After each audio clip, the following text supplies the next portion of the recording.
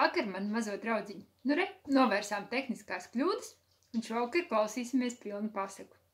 Steigā kaut kas aizmirsās. Pāri Lazdu kalniņam tips un tops iet pavisam lēni. Gludās galvas abi ir pacēluši augstu pāri kaķpēdiņām. Rasainie zirnekļu tīkli ar smilgām krīt acīs un trinas ap deguntiņiem, bet viņi tikai nošķaudas un iet tālāk. Kā aizliek abi reizē. Kad tips liek labo, arī tops labo. Kad tops par kreiso, tips arī tāpat. Pūrni abiem pagriezt uz skolas pusi. Te priekšā no Lazdas nolec vāveri, un tā vien šūpo.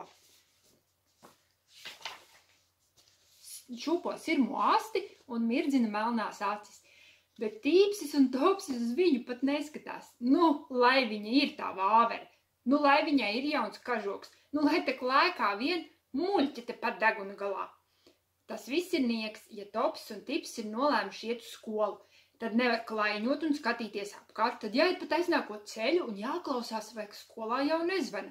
Ja zvana, tad var laisties arī skriešus. Bet vāvere atkal noc uz celiņa un kaitina abus nopietnos gājējus.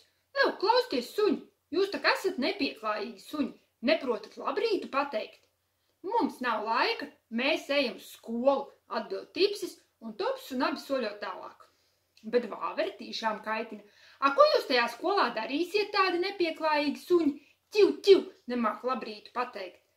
Tips paskatās uz topsi un tops uz tipsi. Labrīt, vāvere, viņa saka abi reizē. Lūdzu atvaino, mēs aizmirsām pateikt. Mēs gribējām atpakaļ nākot teikt.